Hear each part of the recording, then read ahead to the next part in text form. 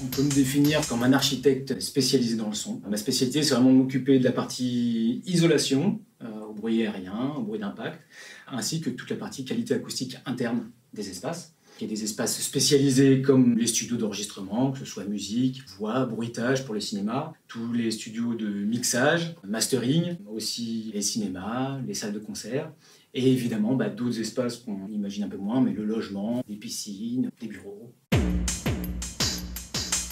Alors ici, nous sommes dans un studio d'enregistrement musical. On peut y prendre tout instrument de musique et évidemment voix. Nous avons donc réalisé d'abord une isolation des espaces à la manière d'une boîte dans la boîte, vraiment, où on a une isolation du sol, de l'ensemble des murs, du plafond, par rapport à l'extérieur, donc pour ne pas gêner les voisins lorsqu'on joue, et en même temps ne pas être perturbé par les voisins lorsqu'ils écoutent leur télé. Et ensuite, à l'intérieur de cette boîte, on réalise donc les traitements d'acoustique interne qui permettent d'avoir le bon son à l'intérieur, c'est-à-dire éviter tous ces phénomènes de résonance, d'écho, écho flottant, et d'avoir un son qui est joli pour la prise de son.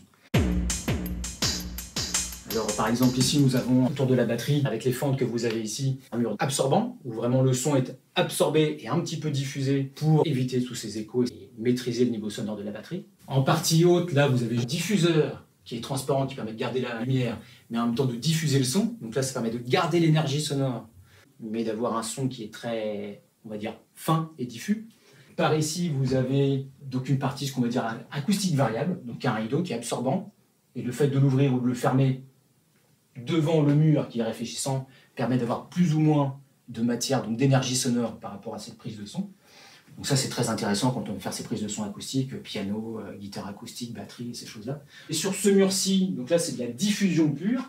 Donc là, ce sont des diffuseurs. Si vous voulez, lorsque le son de l'instrument arrive, plutôt que d'être réfléchi directement avec une surface plane, il est renvoyé donc dans toutes les directions pour avoir, pareil, une qualité de diffusion qui est plus agréable et donc plus fine à l'oreille. Au plafond, nous avons d'autres types de matériaux, comme par exemple ces panneaux-ci, qui sont des panneaux absorbants. Donc là, qui absorbent vraiment toutes les fréquences. Important d'absorber toutes les fréquences et pas seulement le médium aigu ou le grave. Et donc cette variation de type de matériaux permet justement d'avoir un son global qui est agréable à l'écoute. Suite à cette présentation des différents matériaux qui permettent de faire un traitement d'acoustique interne correct suivant toutes les fréquences pour avoir un son naturel et agréable à l'intérieur du studio, l'aspect de cette boîte isolative, aussi les traitements de la ventilation qui permettent de ventiler tout l'espace sans faire de bruit, tous ces matériaux, cette mise en œuvre, tout ce travail, tous ces calculs aussi, ont permis la réalisation de plans. Et donc on atteint à la fin un studio d'enregistrement professionnel où la qualité sonore est adaptée à son usage.